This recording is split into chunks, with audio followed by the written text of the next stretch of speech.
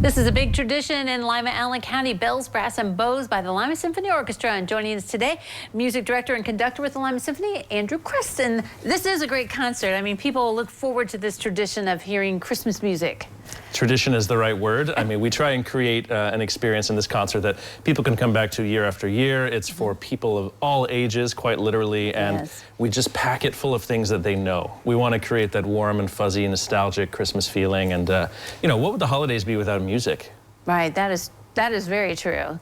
And so let's talk about the first half of the concert, because it is a little bit different this year. You said, first of all, the full chorus is not going to be there. They joined us in our last program, although we will have a lot of singing. But I split this program into two parts. There's the Christmas film music section in the beginning, and then there's the Nutcracker in the second half. So in the first half, we have music from all kinds of different films: Polar Express, How the Grinch Stole Christmas, and others as well. Danny Elfman's score to Nightmare Before Christmas, a little bit different.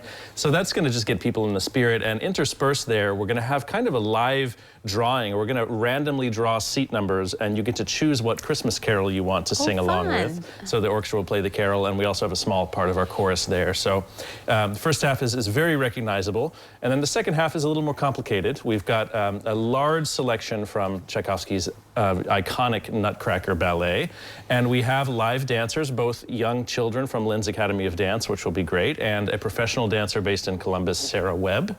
They'll be all in full costume. It'll really create this beautiful ambiance around the holidays, and everybody knows the Nutcracker. I was going to say, you know, speaking of traditions, for many people, seeing the Nutcracker to this time of year is a tradition for them. So it's neat that you're bringing it to the stage. And with some real dancing, actually, which is going to be a real pleasure. The last time we did this was during COVID, and it was broadcast at a drive-in movie theater. So this will be a little bit different this time. Right, yeah. Well, and, you know, as you mentioned, all ages. I mean, bring the kids, they'll recognize the music, and then, you know, when they do the Nutcracker, they'll recognize the music, but also they'll love to watch the dancers, too. That's right, and there's nothing can beat the opulence of a full symphony orchestra, you know, with the lighting, with all the poinsettias, as you see there on the screen. It's just a great tradition, and it's a way to expose young children to orchestra music in a way that they don't feel worried about how they need to behave. It's just a really fun environment. Well, and, you know, we talk about different concerts where if you don't know if you want to go to the symphony, this is one of those where come to the symphony, you'll really enjoy it because you know the music. And it's great music, and it's not necessarily easy for the orchestra either, and so we're working hard. There's a lot of great artistry happening on the stage, and yet it's very accessible. Right, all right.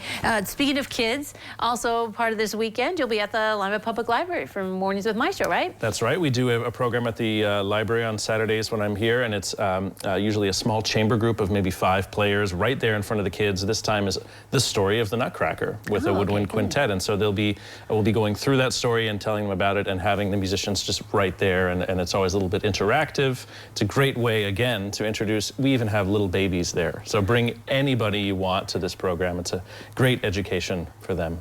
I am assuming you enjoy that, but I bet the orchestra members do too, to be able to be that close to kids and get them excited about it. They really do. I mean, we want people to be musicians, not necessarily professional musicians, but to let music enrich their lives. And it has to start with getting them in front of people who know how to do it. Right, all right. So that will be on Saturday in the morning and then Saturday at night. Head to the Civic Center. Tickets still available. Get them at the door, get them early. At the door, you can call or come into the office. Also, the day after, we're going to Bell Fountain to do a run out for this program. Really? For the first time, so going all over town. Yes, you are. Wow, that's exciting. Spreading the holiday cheer. That's right. All right. Well, Andrew, thanks for coming today. Thank you very much. All right, don't go away. We'll take a look at the weather forecast next.